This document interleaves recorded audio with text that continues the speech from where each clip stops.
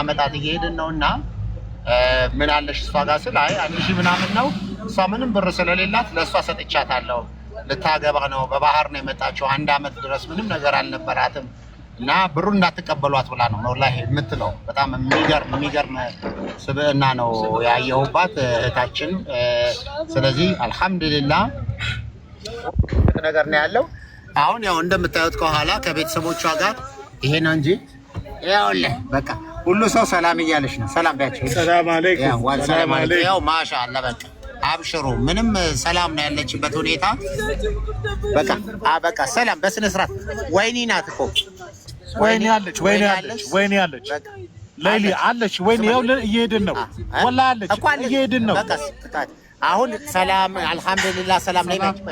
ሰላም ነው ሁላችንም ይቅርታ ብለኛል ብለሻል አልহামዱሊላህ ይቅርታ ሁላችሁ አምላክ ናችሁ አይለቀስም ሳይለቀስ ነገር በቃ እንግዲህ በዚህ ሁኔታ ነው ያለችበት በጣም የደስታ እንባ ነው የምናየው ነገር እባክህን አንተም በራሱ ተረጋጋ ስለዚህ እህታችን በሰላም እንግዲህ ማግኘታችን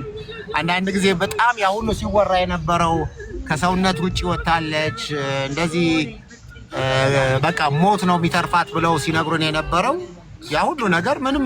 እንደምታዩት እንደማንኛውም ጤነኛ ሆና ነው ያገኘናትና እንግዲህ ከዚህ በኋላ በደም ተረጋግታ ደግሞ